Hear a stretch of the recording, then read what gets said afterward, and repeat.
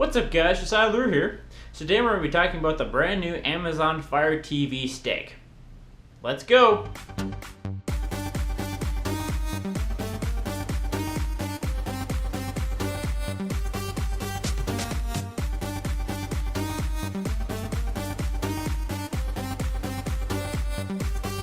So in this episode we're going to be doing my unboxing, first look, and kind of first impressions of the new Amazon Fire TV stick. So when I first saw this come out, I'm like, wow, Amazon is just trying to get into the small portables market and compete with Chromecast or Roku streaming stick. And for the most part, that is exactly what this device is. It is a competitor to the other guys. But how does it stack up? Well, let's review that. First off,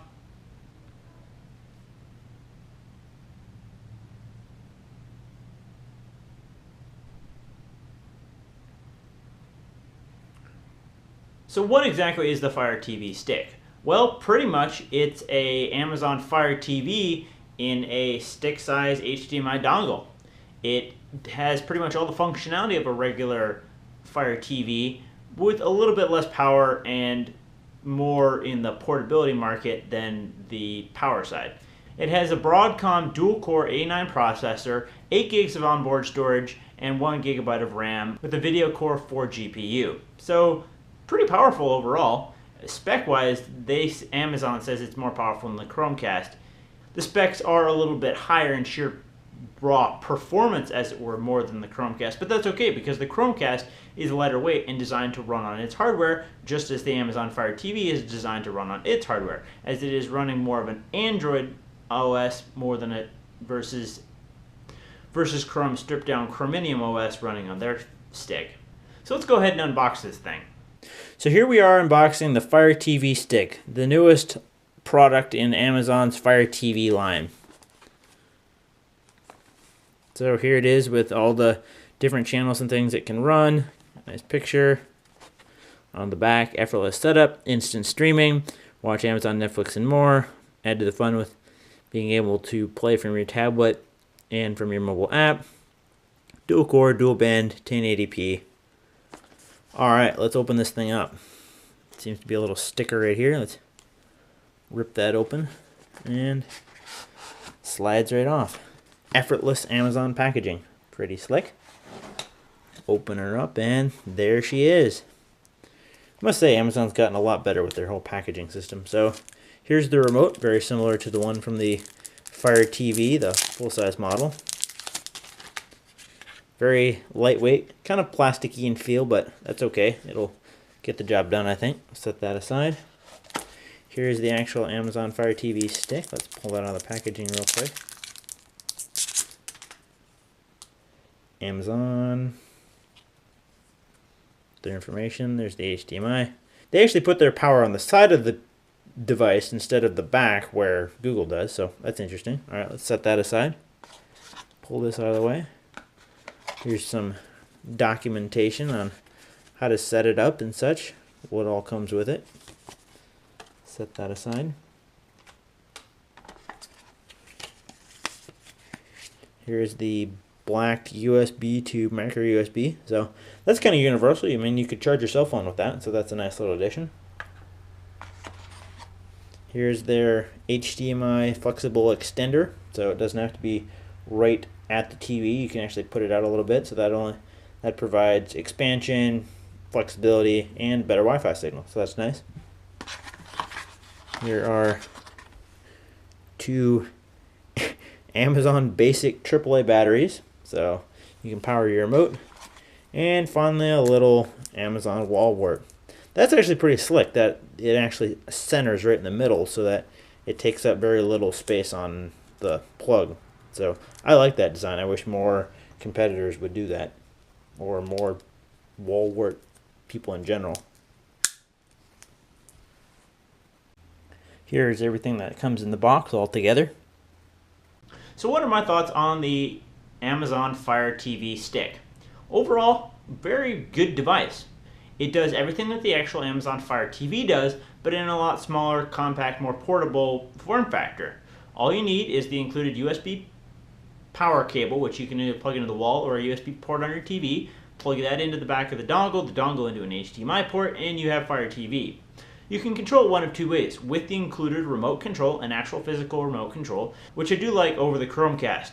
There's been many a time where I wish I didn't have to pull out my phone or my laptop or whatever, and I could just use a remote to actually do it, particularly when I'm streaming from my desktop computer in the other room over to my TV with my Chromecast.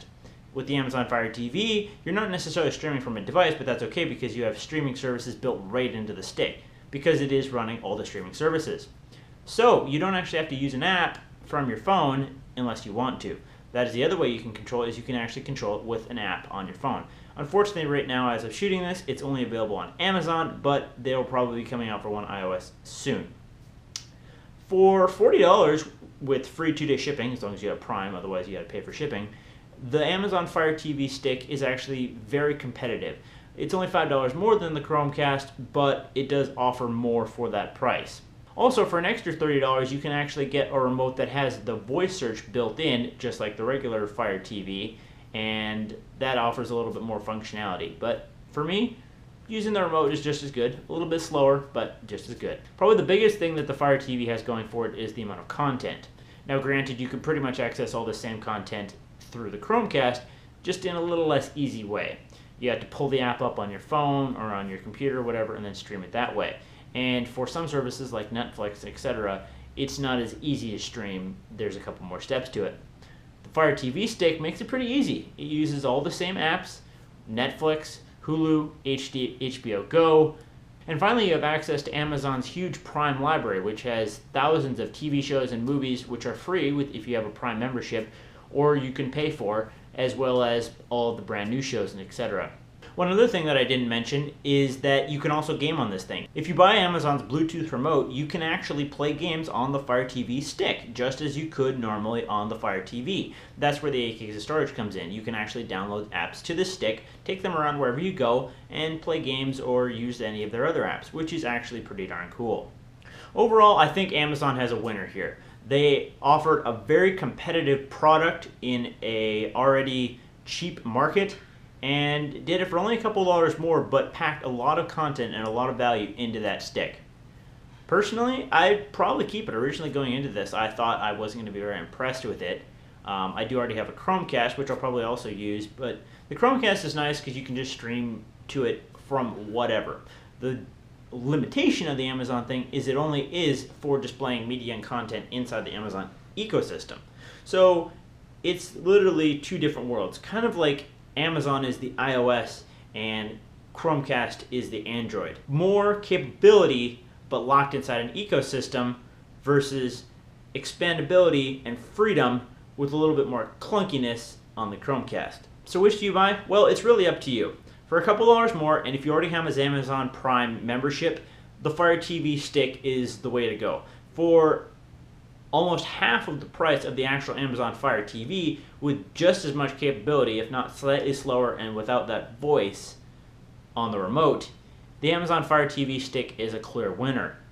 However, if you want something that's quick, dirty, easy for streaming on any platform whatsoever that you can just stick in your bag and go, the Chromecast is also a great product to buy.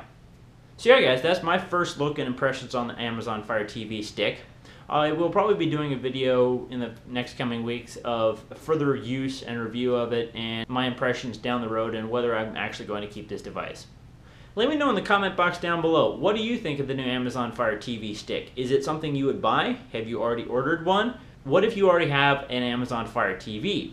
Which do you think is better? And also, what about Chromecast or Roku? Let me know in the comment box down below.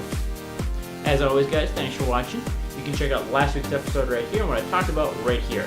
Remember, hit that like and subscribe button down below, and I'll see you in the next one. Peace!